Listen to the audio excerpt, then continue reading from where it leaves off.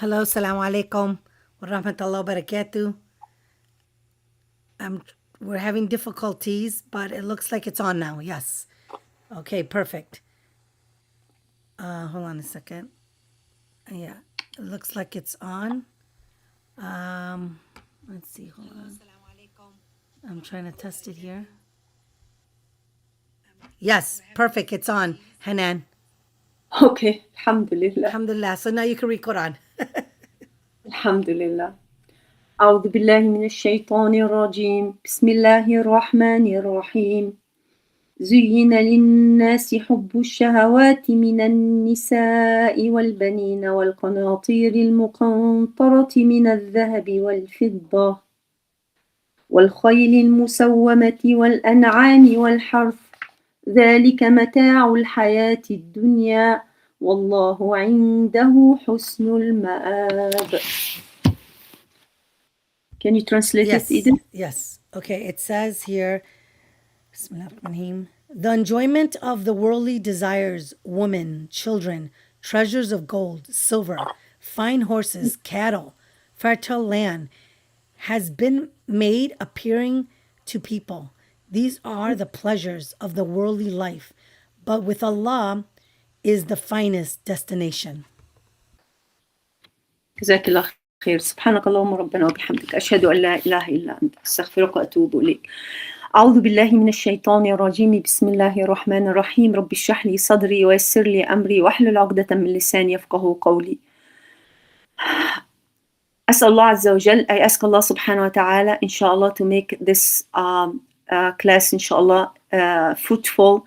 And may Allah subhanahu wa ta'ala accept from all of us the study of the Quran and make us of those students who wants to understand the Quran and the words of the Quran and make the Quran is the blessings of our heart, inshallah. Ameen, ya Rabb, ameen. رب اشرح لي صدري ويسر لي أمري واحلل عقدة من لساني يفقهوا قولي. أعوذ بالله من الشيطان الرجيم. بسم الله الرحمن الرحيم والصلاة والسلام على أفضل المرسلين سيدنا وحبيبنا محمد صلى الله عليه وسلم. As we heard the verse 14, and we heard this verse and the translation of this verse, we can understand that the verse 14 of Surah Al-Imran is extremely rich. I mean, we can speak about that verse, and the scholars spoke about that verse in details, and they mentioned that this verse is it's not simply a warning about worldly desires, because all of it is said that Allah subhanahu wa ta'ala, or for beautify for people, is the love of what they desire. So the whole verse is talking about the worldly desires, but the scholars, they do mention that this is like a dissection of the human heart, as if Allah subhanahu wa ta'ala really is talking about this human heart in detail.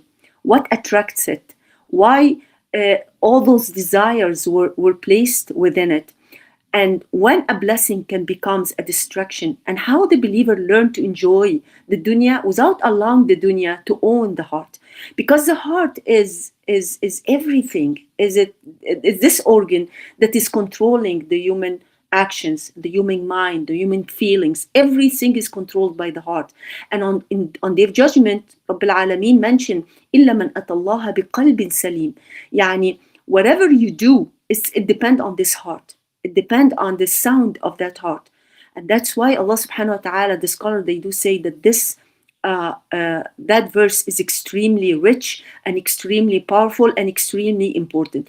Today, inshallah, we're gonna talk especially, we're gonna draw the tafsir from three scholars, Sheikh Sha'rawi, Sheikh Mutawalli Sha'rawi, and Muhammad al-Tahir ibn Ashur, and also the Imam of Sayyid Qutb from Zilal al-Quran. Inshallah, we can see that Allah subhanahu wa ta'ala, the verse comes, first of all, the place of that verse. That verse came at a very meaningful point in Surah Al-Imran. It came immediately, whatever comes before it, the verse before it, immediately Allah subhanahu wa ta'ala reminds us that wealth and children cannot save a person before him, before Allah subhanahu wa ta'ala. إن الذين كفروا لن تغني عنهم أموالهم ولا أولادهم من الله شيئا. Those who reject the sign, those who reject the words of Allah subhanahu wa ta'ala, it's their children, their wealth will never help them on the day of judgment. So that verse, it came before it. It came before it that. Then you can see that after that, Allah subhanahu wa ta'ala speak about the confrontation between the truth and between falsehood, and the lesson of Badr. And Allah subhanahu wa ta'ala is giving you that victory through that lesson. That victory does not ultimately come from what? From material strength. That the people in Badr, or the Sahaba in Badr, they were only 300 versus 1,000. They were not that strong in numbers, in equipment compared to their opponents. Yet Allah subhanahu wa ta'ala give them victory. So Allah subhanahu wa ta'ala is giving us this message, this amazing message in verse 13, that victory does not always come from what you expect, by the way, or from material strength. Then after that, you can see Allah is speaking here about people who were willing to sacrifice. And also during the verse of Badr, how Allah subhanahu wa ta'ala praise those people who were willing to sacrifice themselves in the path of Allah, the mujahideen. خلاص. But then you can see in that verse, زين للذين كفروا زين للناس حب الشهوات من النساء والبنين والقناطير المقنطرة. You see that the Quran turns to the very thing that can make sacrifice difficult. يعني before it, Allah subhanahu wa ta'ala is talking about mujahideen. It's talking about those who sacrificed their life, those who left behind stability, family, wealth, and security and possession, all those that they love, everything that they loved and everything they desired, they left it behind. But at the same time, you have to understand those who make that jihad, what can weaken the jihad for the sake of Allah? So the same desire that Allah subhanahu wa ta'ala is giving us, those desire, and is making it beautified in the heart of mankind in general. Allah subhanahu wa ta'ala in that verse, Allah subhanahu wa ta'ala is giving us, like I said, what can make a person, what can make a Muslim feel like jihad is so difficult.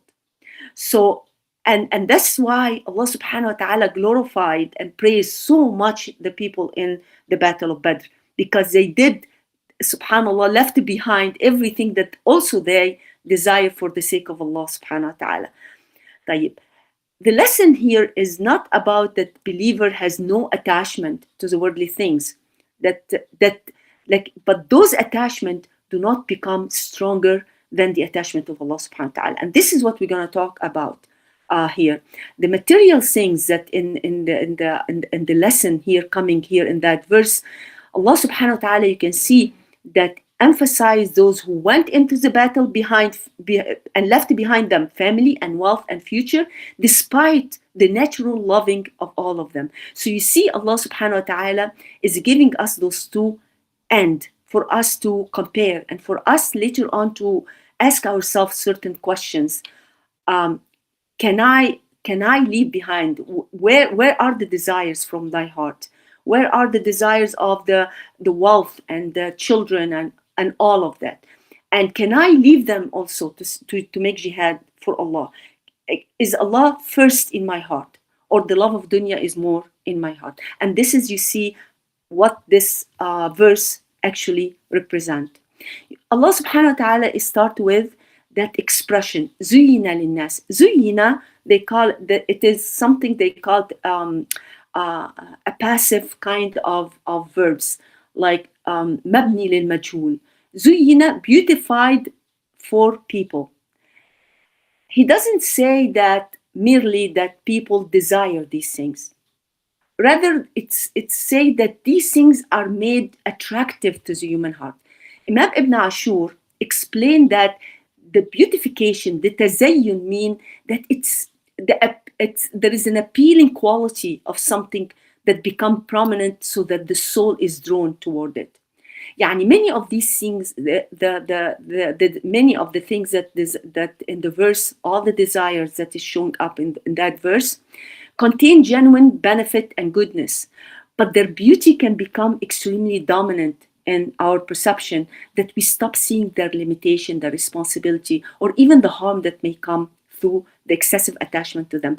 Meaning that I can see, for instance, I wanna get married. Okay, so we see, for instance, for the girls and for us, for women, we always think of the weddings and the white dress and the party, but we don't look at the work of marriage. We want to have children, but we don't pay attention that this is a lifelong responsibility. People want the large houses, but we don't think of the financial burden. So we can see that the Quran restores this full picture. It refuses, as if the Quran doesn't want us to just be connected to those kind of desires and attach those kind of desire without understanding the high reality behind them. And this is why you can see that explain the profound about temptation, that people rarely pursue something that can be harmful because it looks harmful. We don't pursue something that is harmful because it looks harmful, but we pursue something that it looks appealing, it looks beautiful, necessary, or something that is comfortable to us or promising to us. We always say, if I only have this, I will be peaceful. If I only have that, I will be happy. If I only my children succeed, that will give me peaceful. But you can see that Allah subhanahu wa ta'ala, when He talks about that when we connect our peace of mind, when we connect our sometimes identity, by the way, when we connect our happiness to things to the desires around us, actually most of the time we are extremely disappointed, and most of the time it becomes extremely dangerous spiritually.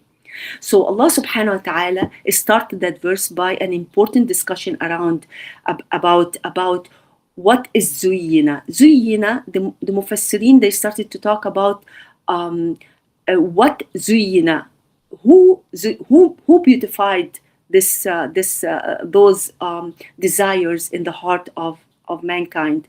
Ibn Ashur explained that Allah created these desires as a natural inclination within the human being, because they do serve an essential purpose in life. Why I'm attracted to the different sex? Why I love to have children?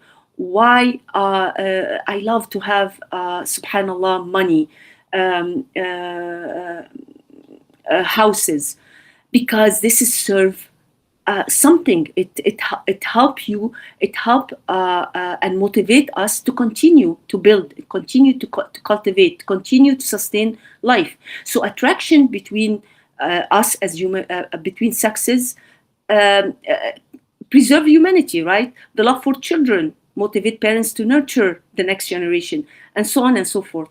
This instinct self is therefore, this is what the scholars do say, if I'm attracted to the other sex, if I am attracted to, if I want to have children, if I want to have money, if I want to have wealth, this is not sinful in itself. But the problem here appears when the nafs and the shaitan and even the society exaggerate those kind of instinct and redirect it beyond the limit of Allah subhanahu wa ta'ala.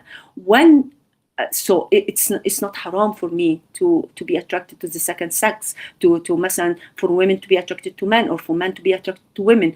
But what's haram, and the question is when I will when subhanallah, that this desire will enter the heart, and I will choose the desire above following Allah's command, or sacrifice the pleasure of Allah subhanahu wa ta'ala for the sake of this desire. And this is what the scholar, they do say. So in the beginning, أعوذ بالله من الشيطان الرجيم.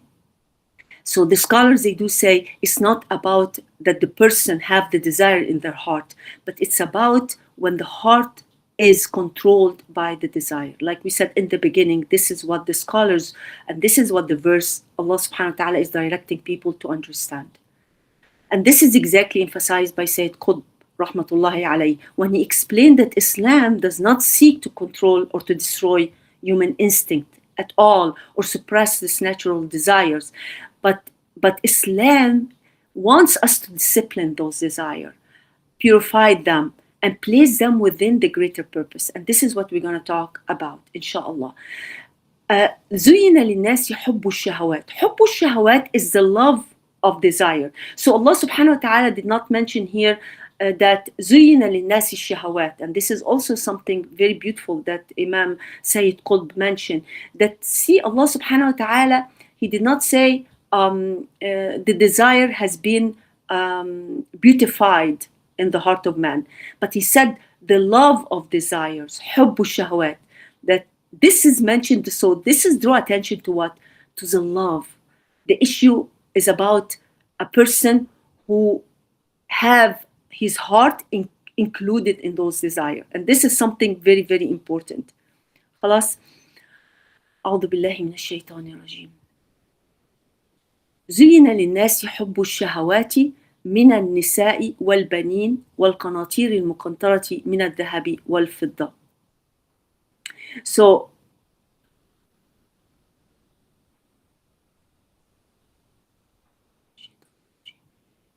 hold a second, please. I'm sorry. So you can see Allah subhanahu wa ta'ala here speaks about what has been beautified for people. And he is here is giving us a list of the things that man in particular, they love, they tend to desire. So Nauman Ali Khan, when he talked about that verse, he said that you can hear that Allah subhanahu wa ta'ala brought for us a list of the things that men in particular tend to desire and become caught up with. And why not women? Because he said that usually these desires, it's overwhelming on the mind of man. It's preoccupied with the mind of man.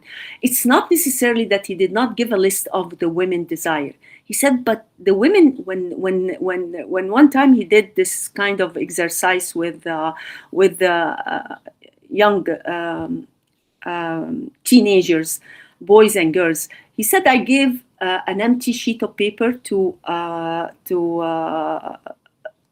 boys, and I give an empty sheet of paper to young girls, young teenager, and he told them, write for me things that are really preoccupying your mind. Write the most important thing that preoccupy your mind all the time. So he mentioned that what happened, that the boys, they wrote one thing on the paper. They didn't write except one thing on the paper. But the women, the girls, they kept on saying, okay, let me write, but instead of one, I will write 3. Instead of 3, I will write 5. So he found that the girls, subhanAllah, it's more complex. It's more, it's deeper than the boys. And he said, guess what the boys wrote on the paper? The one thing that the boys wrote that preoccupied them and preoccupied their mind. Subhanallah, زُيِّنَ لِلنَّاسِ حُبُّ الشَّهَوَاتِ مِنْ what? مِنَ النِّسَاءِ. It was the girls that the only thing that they wrote on the paper, on this empty paper, was, subhanallah, the thing that preoccupied them was the girls. For the girls, they wrote many things. And they were, you can see that inside the paper, they were talking about their feelings, about their emotions. They want to be heard. They want to be listened. These are the most important thing for the girls. So the first thing you see that the verses mention, Allah mentioned in that verse is حُبُّ الشَّهْوَاتِ مِنَ النِّسَاءِ. Allah mentioned first النِّسَاء, the women. So he pointed to the sexual and the relational attraction as one of the strongest human desire. And Ibn Ashur noted that this attraction is fundamental to the continuation of the humanity. And Allah subhanahu wa ta'ala has permitted, and actually Allah subhanahu wa ta'ala make it a desirable thing for man to desire women and for women to desire men. And it's okay as long as it's in the halal, through the halal means. But the Prophet ﷺ, yet he warned us about this fitna of the women for man. And he said, ما تركت بعدي فتنة أضر على الرجال من النساء. I have not left after me a trial more harmful for men than women.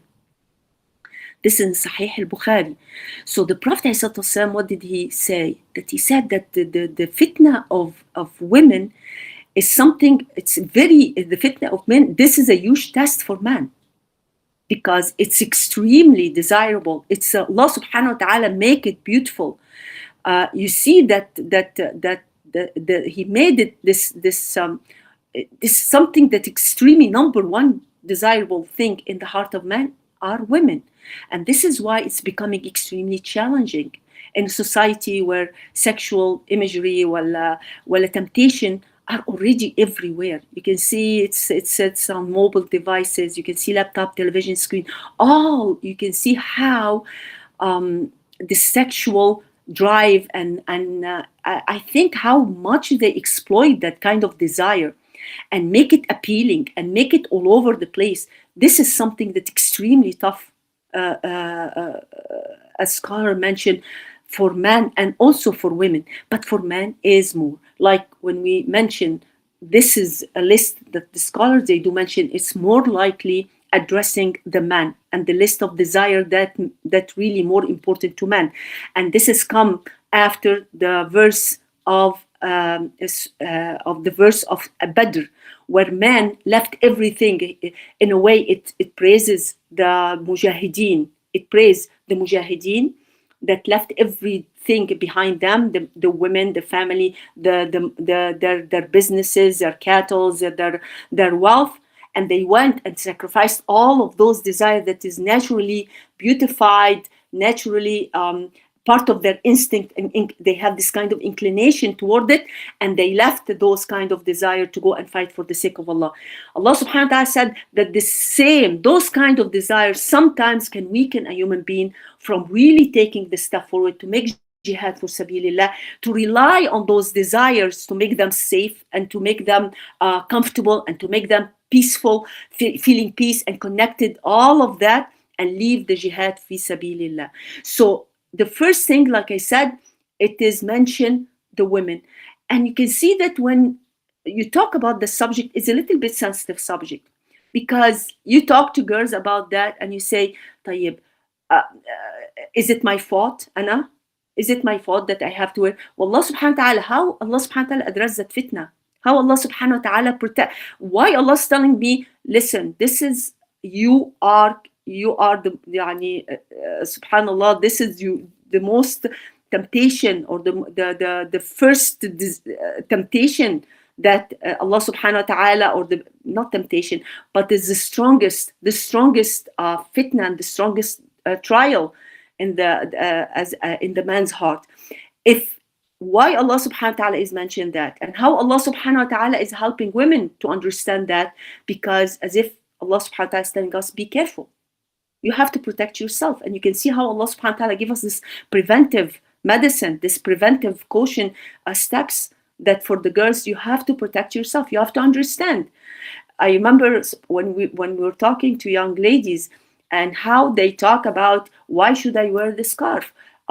It's not why that when you tell them there is no such thing as a friendship between men and women, they get mad.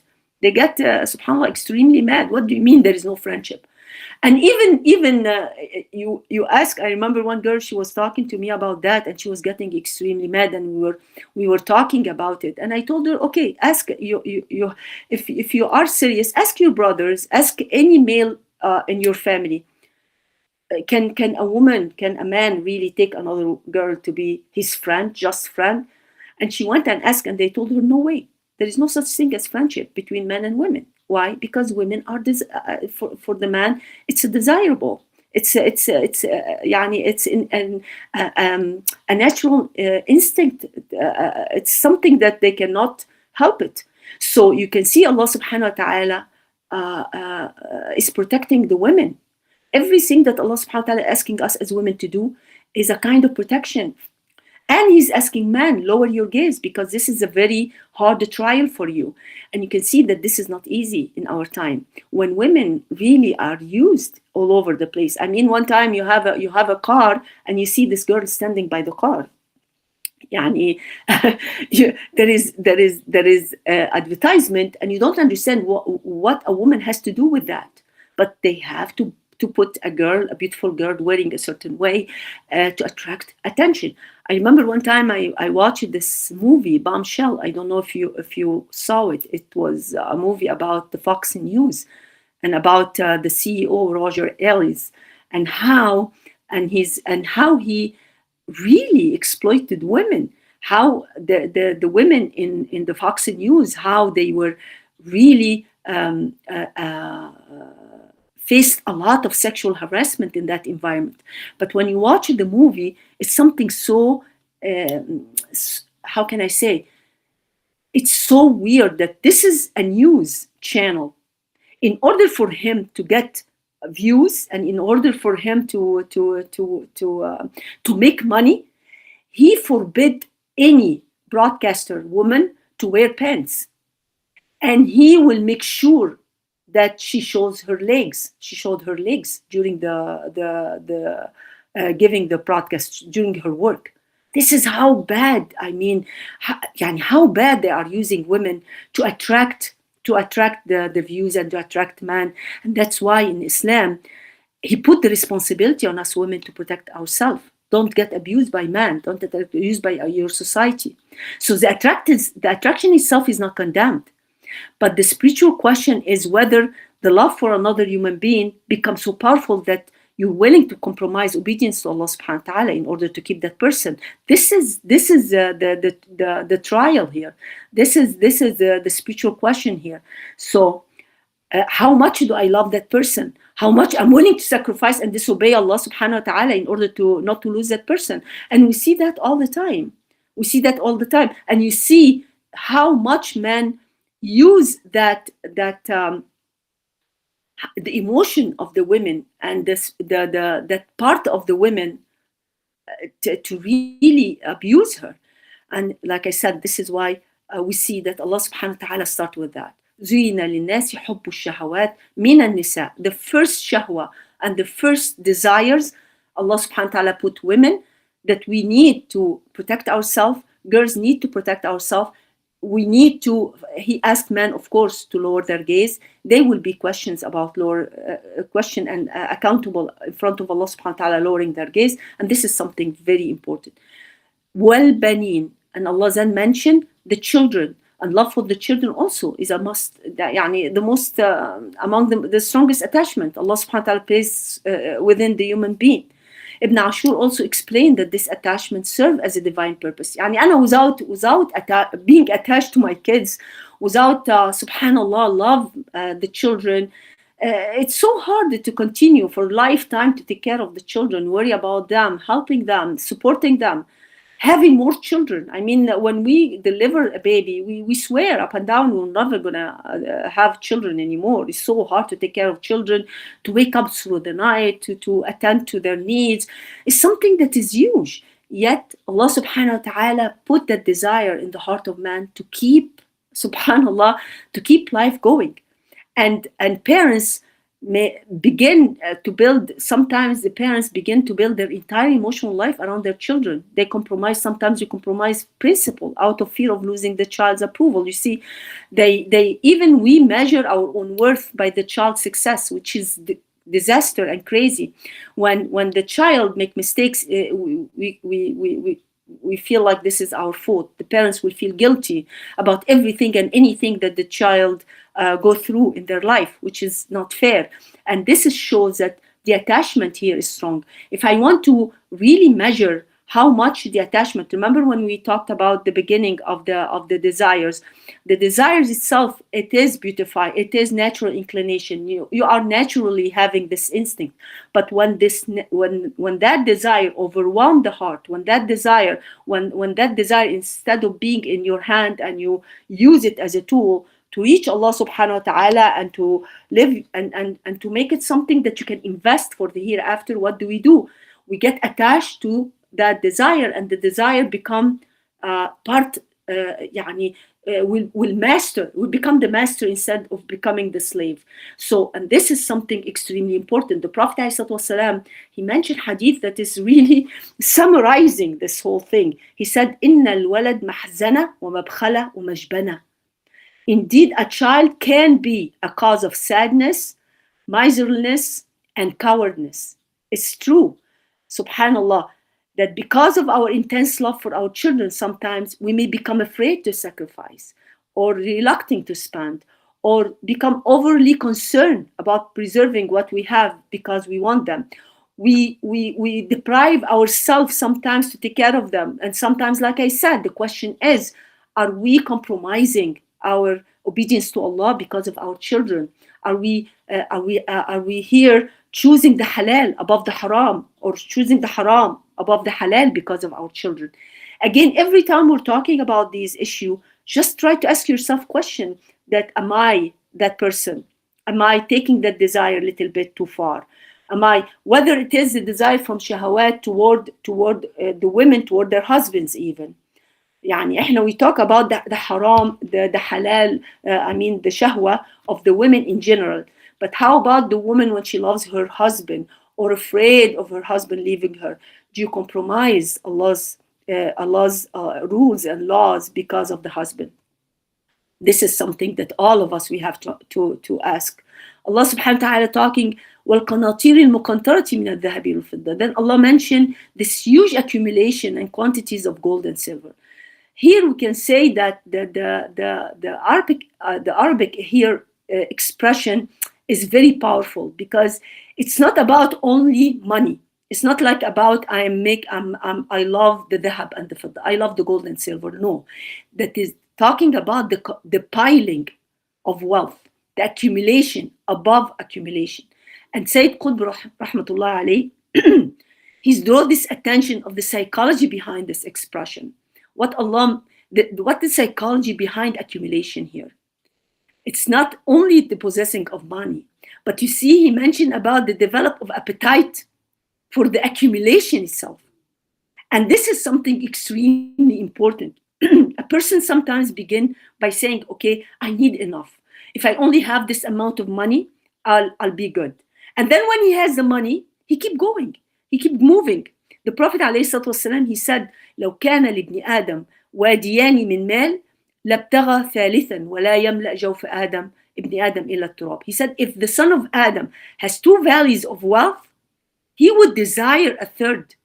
Nothing fills the inside of the son of Adam except dust. Meaning what? When the inside of Adam is filled with dust, is when he goes to the grave. So he said that nothing will fulfill the person who allow the money to be used, or to instead of using it as a means, it become the goal. He will never be satisfied. He will always keep moving. So the money, we think that the money, and this is what the Sayyid Qutb is drawing this attention of the psychology behind that expression of accumulation. When we started to accumulate, he said, so subhanallah, that the money, because the money, when we look at the money, we only see what the money is capable of purchasing. When you ask somebody, what do you want the money for? He said, because the money buy everything. Because the money buy everything. But actually, later on, you can understand that the money, subhanallah, that the danger lie that when we think that the money can buy everything, but they see the money the money cannot guarantee the health. The money cannot guarantee and cannot preserve relationships. You see, cannot prevent death, cannot control the future. All these things that we always believe in disappear when you have the money, when you control the money. It gives you the sense of illusion, the sense of deceiving illusion that when you have money, you are secure. And when you have money, you are safe. And we talked about that in the beginning of Surah Al-Imran, the delusion of safety, how the kuffar felt safe with their children, felt safe when they have their wealth and their children. And Allah subhanahu wa ta'ala wants the believer not to be attached to that the ultimate security is not with the material thing. And so many, they do have the material things, but they are not still feeling secure. Khalas? So when we go today, the heaps of silver and gold, today the form can be what? Can be the bank account, the investment, the retirement funds, the real estate. You see people all the time look at their bank account, looking at their portfolio, look at their investment, what I'm going to leave to my children. And they started to, not only that, they started to identify themselves by the wealth they do have. And this is where comes the الخيل المسومة زين للناس حب الشهوات من النساء والبنين والخيل المسومة. The horse, the distinguished horses. The horses represent beauty. Okay, I just want to make sure that I have the time. The horses represent. Are we on? Yeah, you're on. You got listeners. Okay. The horses represent the beauty, represent the speed, the power, the status, and the prestige. That was during, even the horses, when you, they, even during the time of Sayyidina Sulaiman, look how Allah subhanahu wa ta'ala talks about the horses and how the horses fascinated Sayyidina Sulaiman to the level that he forgot the salah. He forgot the zikr of Allah subhanahu wa ta'ala. So the horses always represent this kind of status and prestige. And Ibn Ashur actually highlight both the practical and the attraction of the horses and the fascination that is created by the beauty and the strength and the movement of the horse. Even now and even today, we have what is the representing. What the horse now is representing by the modern cars. You see, people are fascinated by the car. The symbol of speed of the car is what they tell you. This is how much horsepower the car has. So you can see that still deeply the horse remains a symbol of speed, of status and strength. And again, the issue is not that beautiful possession is forbidden, but the question here is whether a person enjoy that object and enjoy that car or that possession, and it become his identity through possessing it. Like when you see how when you ask a kid, you're like, I want a BMW, I want a Lexus. No, I remember one time men were talking about Lexus is for women. It's a women-like. BMW is strong. It's for men-like. Look how they started to even identify the strength of their strength about the kind of car they drive. And this is something extremely important. So one time I remember when I used to drive my car, I didn't care what kind of car I drive. I didn't. It just give me a car as long as it drive me to the masjid, as long as it takes me somewhere, I'm happy. But when you talk about men, when we bought another car, so my son was telling me, how does it feel now to drive that car? How does it? Subhanallah, I was driving the car because my car was in the shop, and he told me, Mom, how does it feel to drive whatever? I said, what do you mean? How does it feel? He said, how did you feel sitting in that car and driving the car? I said, I felt nothing. I felt grateful that it reached me to the masjid.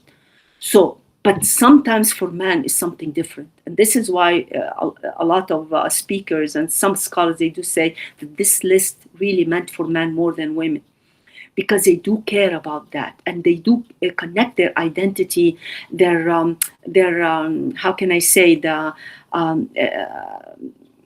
manhood even connected to the car, their status connected to the car they drive. And this is something extremely important. The Prophet ﷺ explained that a horse may be a reward for one person, a means of independence for another, and a burden of sin for another. He said that in Sahih Bukhari. He said that sometimes a horse can be a reward for someone.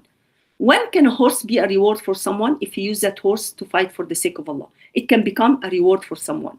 And it can be a means of independence for another. He can use a horse to work, to travel, to carry, subhanallah, his belonging, exactly like the car. And this is okay. But it can be a burden of sin for another person. When can he be a sin for another person? If it becomes a source of arrogance, if it becomes a source of showing up. And this is something extremely, once a person becomes rich, you see he buys the Lamborghini and he buys whatever it is now. And one time I saw this car, I thought it's coming from a movie. They were about to to film a movie or something. It looks like a space car or something, and they say, "No, no, mom, this is the latest car on the market." And whoever ride this car, he's very rich and he's very this and he's very that. You can see how they connected what they ride, how they dress, their account and the bank, not only to success, that this is presenting a successful person, but they identify themselves also with that. And Allah subhanahu wa ta'ala talk about al-an'am, which is livestock, that for people who, when we first hear the Quran, the livestock represent not only the food during the time of the Prophet ﷺ, but livestock also represent the money, represent the economic security. Now in modern time, what livestock is like the businesses, the offices, the equipment, the warehouse. You see, when a person have this kind of stuff, this kind of investment, this is like the livestock, the cattle, al-an'am, during the time of the Prophet ﷺ. And the Prophet ﷺ loved for the servant, and he always encouraged the believers to what? To become rich. He always encouraged the believer to earn their money. And the Prophet ﷺ mentioned that in hadith in Sahih Bukhari, no one has ever eaten better food than than that which he earned through the work of his own hand. So you can see the Prophet ﷺ encouraged that the human being invest and become well off and help others. And the Prophet ﷺ said, the mu'min al-qawi ahabbu ila Allah min al-mu'min al-da'if. The strong believer is more beloved to Allah subhanahu wa ta'ala than the weak believer. The one who earn the money, and the one, why? Because the strong believer will help, the strong believer will carry others, will fight for the sake of Allah with his money. This is the subhanallah, the honorable means through which a person works and support family and employs others and serve the society. But again, the danger here begin when those means of earning become the person's identity, become the source of pride, become the source of delusion when it comes to security. Khalas. And this is something that makes a person heedless of his akhirah. That you use. This is why Rabbina Alameen, when he said at the end, ذَلِكَ مَتَاعُ الْحَيَاةِ الدُّنْيَا. All of these are the mata'. What mata' mean? The mata' mean is the enjoyment of life. This is only a mere enjoyment. And mata' also, when it comes to the harth also, ذلك متاع الحياة الدنيا الأنعام والحرث. الحرث is mean the cultivated land, the field, the crops. So you can see everything that is surrounded a human being, the family, the children, and here not only the children, it means the banin. Banin are the sons. That men love the sons because they think the sons will carry them. They think the sons will carry their lineage. They think the sons are the one who they will depend on. So you see, we have to see this fine line when we have all these desires that we are inclined toward naturally.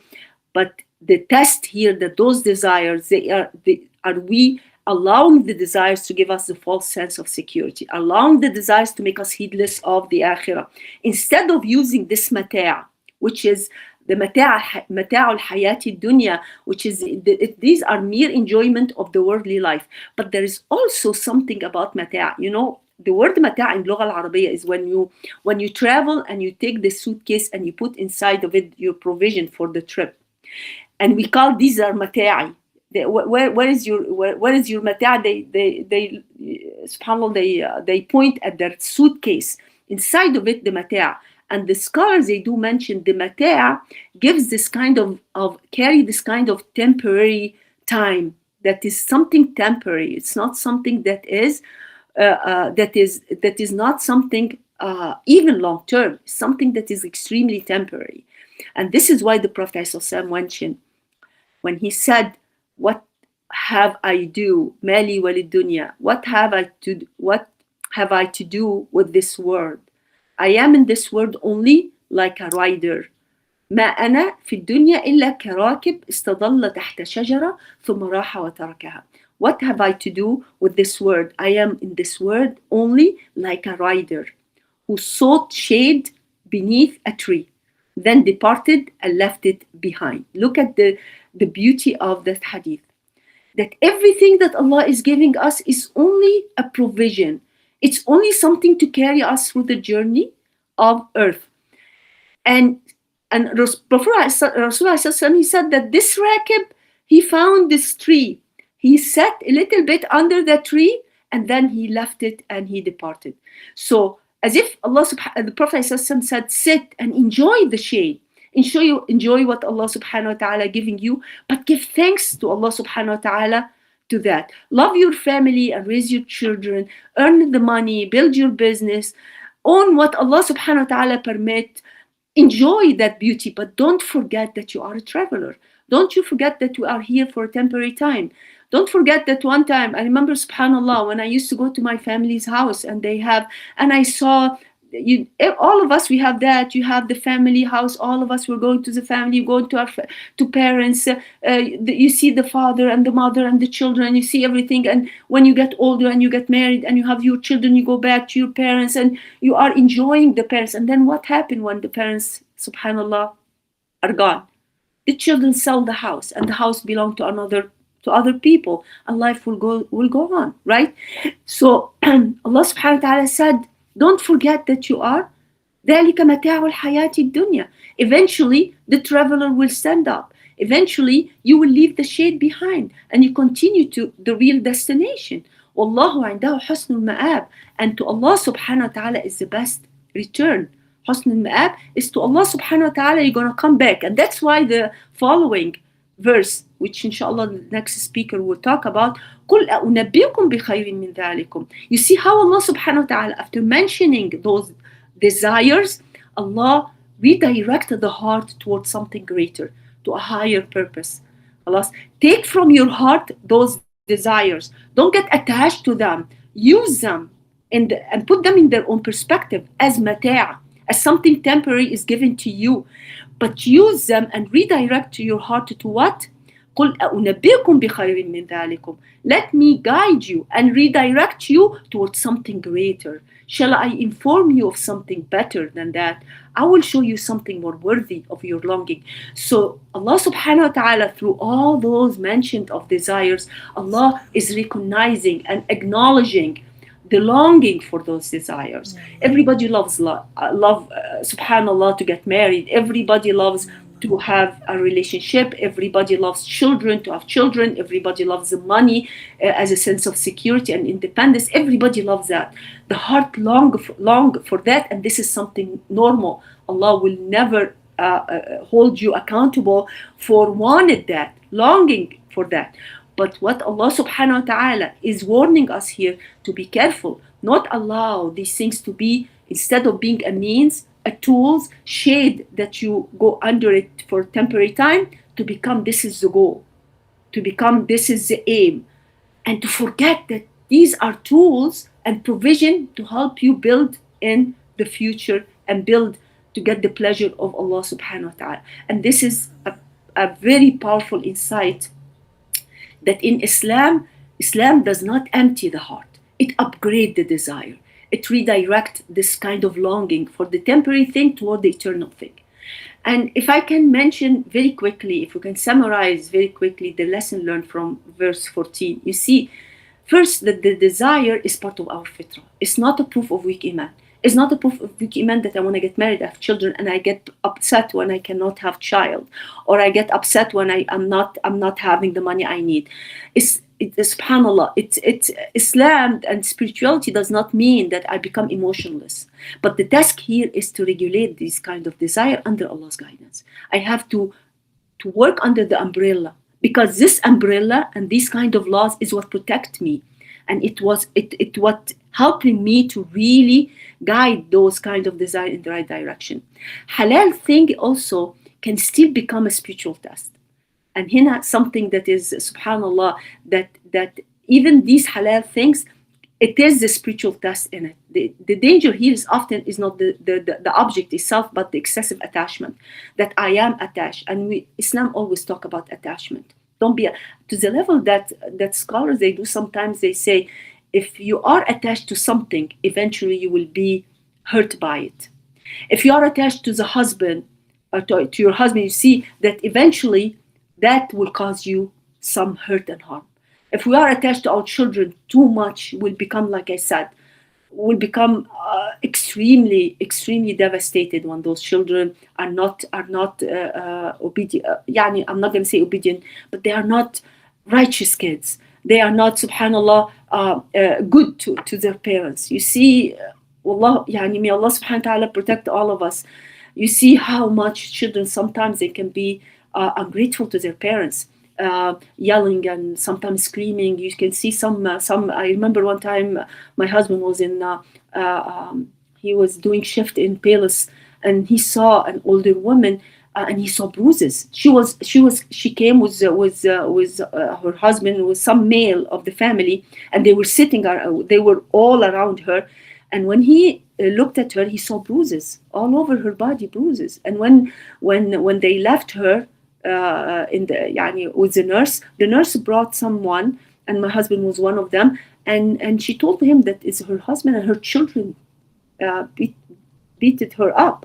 And this is something extremely sad, extremely sad. So sometimes we are, if you are extremely attached to your children, attached to the money, attached to whoever, attached, and we don't pay attention. By the way, I just want to say, I just want to say that when the scholars they wanted to see, when Allah subhanahu wa ta'ala say beautified to them, Allah never mentioned who beautified to them. So the scholars they did balance between Allah make it an inclination, a natural instinct, for the sake that life will go on, and for the sake of the journey on earth will continue. Khalas? But at the same time, if the shaitan will take those kind of desires and exploit them in the heart of human being, make it something big, make it something that absolutely will be the source of all peace and all security. And you'll depend on them, and you don't depend on Allah subhanahu wa ta'ala. And I will say, yani, ungratefully, that's yani, even us, even the best of us, the one who knows everything and have the knowledge, still you will be tricked by, oh my God, who is gonna get where my provision if you don't have enough money? Where are you gonna get to feed my kids? Where? And we forget that Allah subhanahu wa ta'ala is a provider. We forget that Allah subhanahu wa ta'ala is the one who protects our children. We forget. So you see that. Khalas, you see that. So we have to be understanding that when I talk about the heart here, I have to understand, am I have that level of love that sometimes compromise my relationship with Allah? Do I have a relationship with the money? Do I have a relationship with my husband or my children that this relationship is above my relationship with Allah subhanahu wa ta'ala, is taking that high level? And this is something that we have to learn from that. And like I said again, that wealth particularly dangerous when accumulation become itself a pleasurable. This is what the Mufassirin, when they talk about why Allah subhanahu wa ta'ala say piling, qanatir, muqantara, that the piling itself will become a pleasure. It's not about now I need that.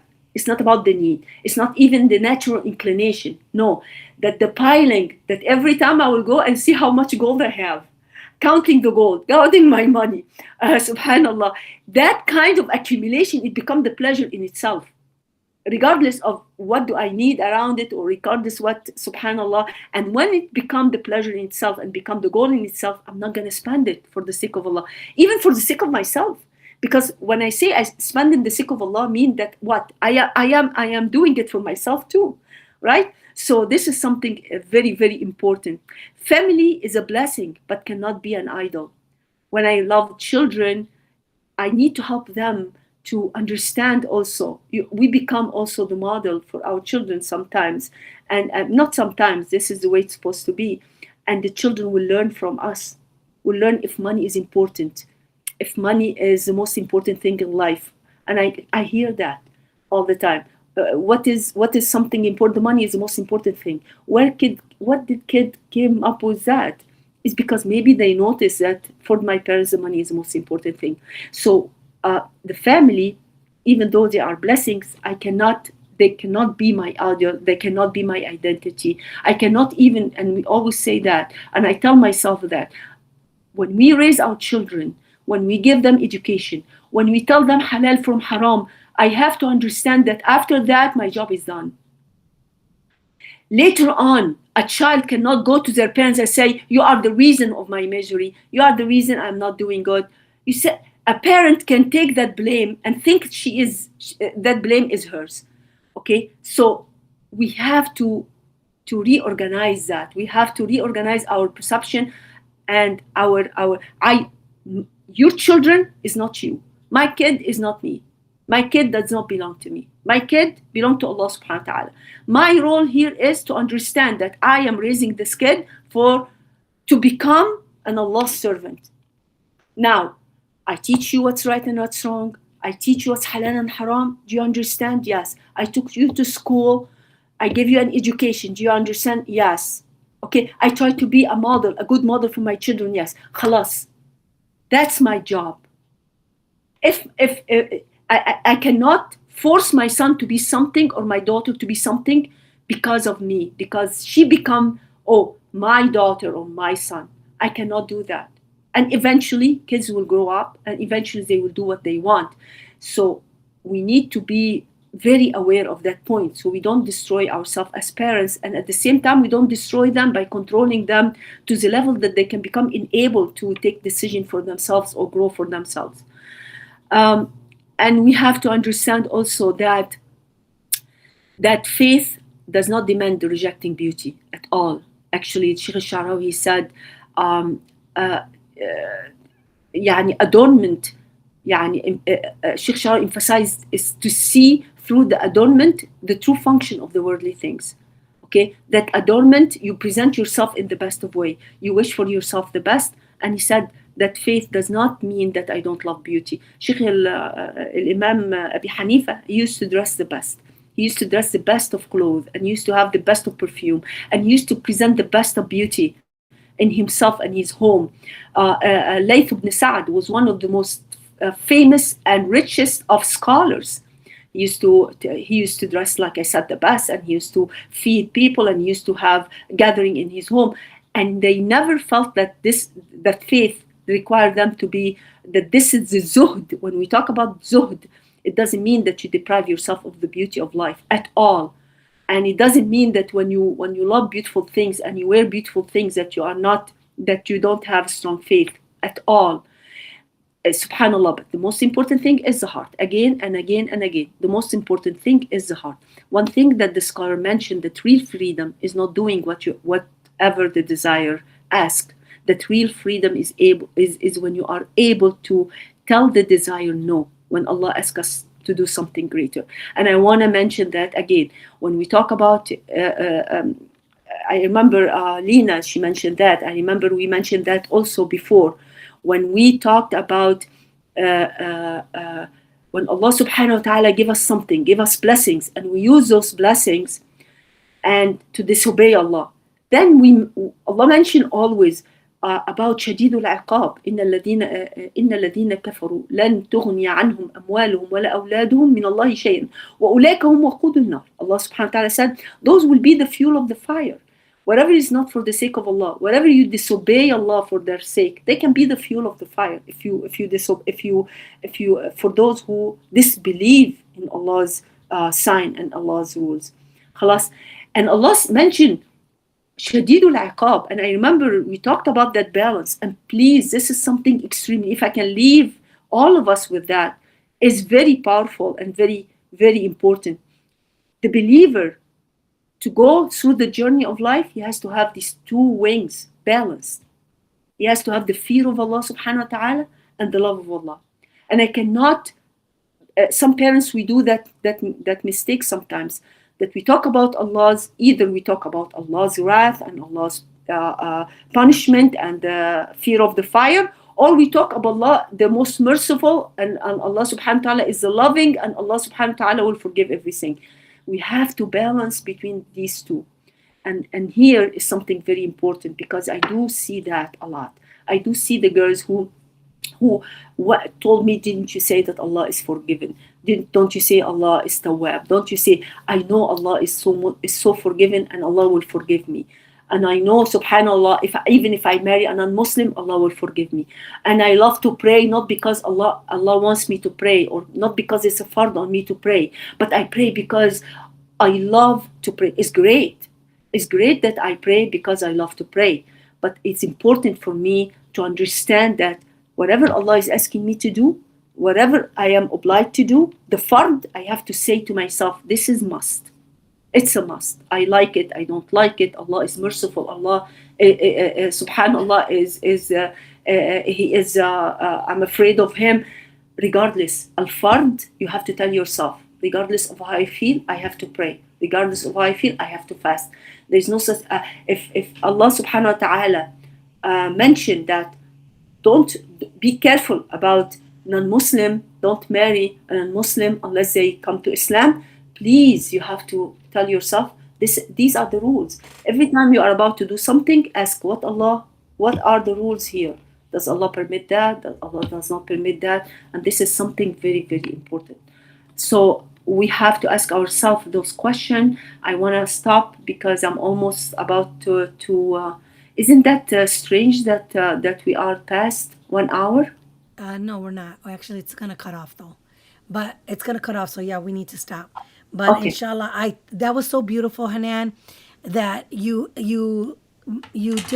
question all the answers for that one ayah that Allah explained the women, the children, the treasures, the cattle, the fertile land, everything was mentioned by name, and then it covered everything. So basically, it's like a temporary pleasure. So you were saying that the desires of a person, just it's okay to have love, but don't love it more than Allah. Don't do haram. If you, that comes right now with the youth. You love this person and you desire a boyfriend, a girlfriend, whatever, because he's gonna marry you, but don't do the haram part. Do it the halal way. Stop it. Say no, fear Allah.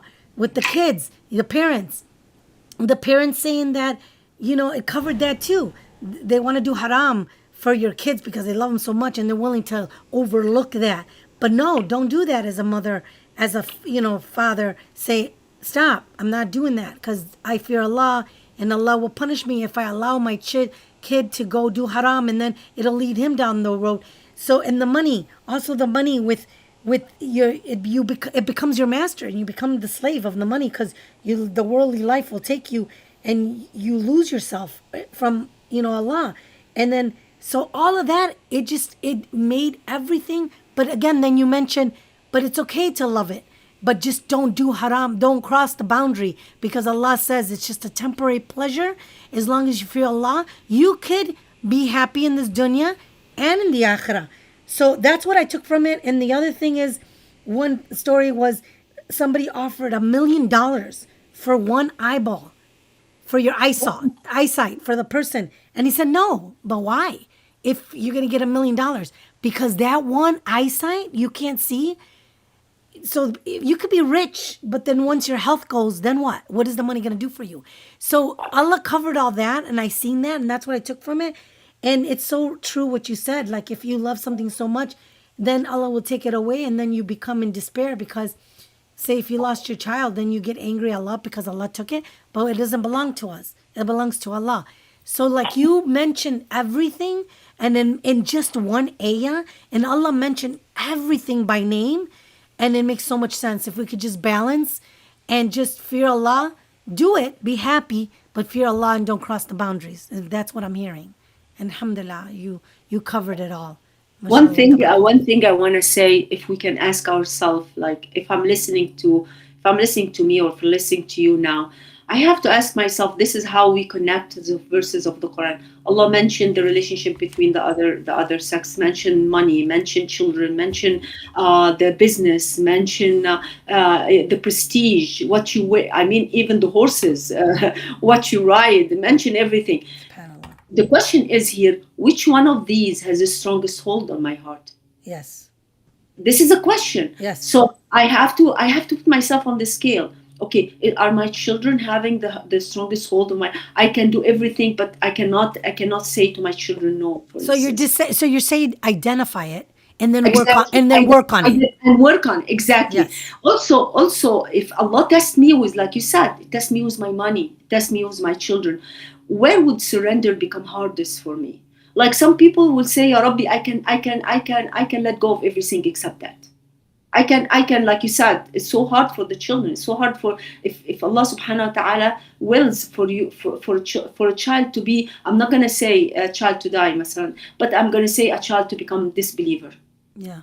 And you cannot accept that. You keep on asking, Ya Rabbi, why my child? I did my best to raise those kids the best of way. I did my best to teach them. It's so hard to surrender to Allah's will. Which one of those blessings is so hard for you to surrender? What do you tell yourself also when it comes to something that you are deprived of? Let's say one blessings you don't have. Let's say a woman cannot have children, for instance. So which part of those blessings do you tell yourself, okay, if I have this, I will be in peace. If I have this, I will be secure. Those things that you just mentioned, though, are so hard, Hanan. Like, for not having children, and then you have to, like, really accept it and tawakkal to Allah. That's the hardest thing ever. And the other one was for a child to be a disbeliever. Those are the hardest. For me, I feel like those are the hardest things. It is the hardest. Children are the hardest. They are the hardest, because for a husband, if a husband turn out to be not that good, you can still leave your husband. You can still get be another one. Exactly. But how can you be detached of your children? It's so hard. It is hard. It's so hard that Allah is asking me not to be attached. My heart doesn't be attached. How can my heart cannot be attached to my children? No, you love your children, but love them the right way. Yes. So when they were young, for instance, and you hear a mother waking up her kid in the middle of the night to pray Fajr, and to go with his father, to dress up in the middle of the winter, to go down with the father to go to the masjid. It's so hard for a mother to take her kid under the blanket, from under the comforter, or to under the warmth that he's in. A kid 6 years old or 5 years old, and tell him, make wudu and go. So here we say, does she love? How do you have the heart to do this to your kid? The same mother will say, do you have the heart to leave your kid sleep through the Fajr and get deprived of these blessings, and maybe grow up not praying Fajr? So you see, the mentality is how you put things in perspective. How do you look at these things? How could you fix it, right? No, how can you fix your iman? Not how you fix it. No. Here, that ayah challenge the perception. How you perceive those, how you perceive the money, how you perceive your wealth. How do you think that those are? If you look at them as those are the goal, those are my life, those are my identity, it's going to be very hard to detach. Yeah. But if you look at them as, like the Prophet said, those are tools. They are mata'. They are something I will enjoy and provide me for something bigger and something reach me at the end of the journey. Then the perception here will help you to look at things different and give you the power to change what you need to change. But unless we have that, it will be hard. And that's why Allah subhanahu wa ta'ala always reminding us of his blessings. And he say, be thankful to me, right? Yeah. Be thankful to me. So, and he say, وَقَلِيلٌ مِنْ عِبَادِيَ الشَّكُورِ. Very few people are shakur. How come shakur when you say alhamdulillah 100 times a day? But the shakur here means how you using the blessings. Are you using the blessings to draw near to me? Are you using the blessings I'm giving you to fight me? Because when we look at the girls, for instance, when we see the girls are going into the norm now with the culture, the way they dress, the way they talk, the way they date sometimes, and you see this is fighting Allah subhanahu wa ta'ala. This is fighting fighting Islam in a way. And encouraging others to, when you see a girl, for instance, take off her scarf, طب خلاص, you cannot wear the hijab. That's okay for the time being. She said I can't, or for some reason she took the hijab. خلاص, cover, make satr. But instead of that, you go on Facebook and you say I took the hijab because this is nonsense. I couldn't. So what happened? You become what? You become a model, a role model for others. I'm not gonna say. And you are encouraging others to do the same. So we have to be extremely careful, what we do with the blessings, because Allah subhanahu wa ta'ala, the blessings will turn to be against you. And the feeling of security that you felt, it will become something that you are deprived of security later on. So, in other words, instead of working on yourself and you're taking it to yourself that you couldn't do this and you're privately doing it, then when you do it publicly, now what you're doing is you're you're challenging and you are disobeying, being disobedient instead of working privately on yourself. Yes. Okay. It's like as much as you can, please, please. The Prophet ﷺ said, as long as the person disobey Allah between both of them, Allah will forgive. Allah subhanahu wa ta'ala will offer tawbah again and again and again. If the person will, and also on Day of Judgment, Allah will make satr, Allah will veil that person, even though He will show him all his bad deeds, but no one will hear from the people in the resurrection. But if the person will feel proud of what he does, whether is a man or a woman, a young man who goes and talk about his relationships, or the girls go about her relationships and talk about it to her friends, that it will be as if you're taking the veil, the satr of Allah subhanahu wa ta'ala. Then the Prophet ﷺ, he mentioned that this is something extremely powerful. You be careful, especially those who have channels on YouTube, those who have subhanallah, they do on Instagram and TikTok and all of that. You be careful, because these things never disappear. I told my son one time, my son wants to go into rapping, and I was hearing, I read what he wrote, and I was hearing him trying to encourage him to do something good. But then when I heard the language, when I heard the way, I said, Yabni, be careful, because once you post that, it's not going to be taken off. Yeah. It's not going to go away. Whoever is listening to that, following you, it's going to be on your deed until Day of Judgment. And subhanallah, we have to be very aware of how shaitan make us use the blessings. Khalas? If you are a person that Allah gives the beauty, these are blessings. Yani if Allah give a woman a beauty, don't use this beauty to encourage others to do something that is wrong. Fahmani? And this is what we're talking about. From this verse, we need to be very, very careful. Again, I just want to summarize that Allah does not ask us to abandon love or to abandon this kind of inclination toward desire at all.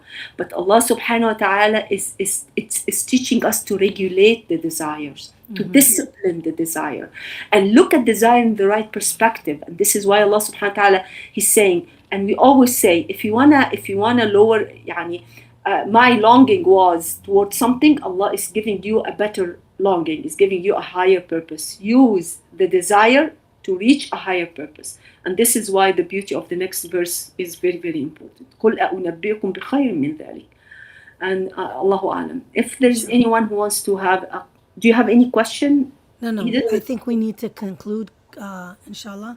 So, because I don't know how long we have. It's not showing. It's just weird. So I don't want to get cut off. So, Okay. Inshallah, we can conclude, ya Hanan. So with did you want to do a dua, or did you want me just to go ahead and do the finishing? Do the finishing. Okay, so that wraps up today's episode.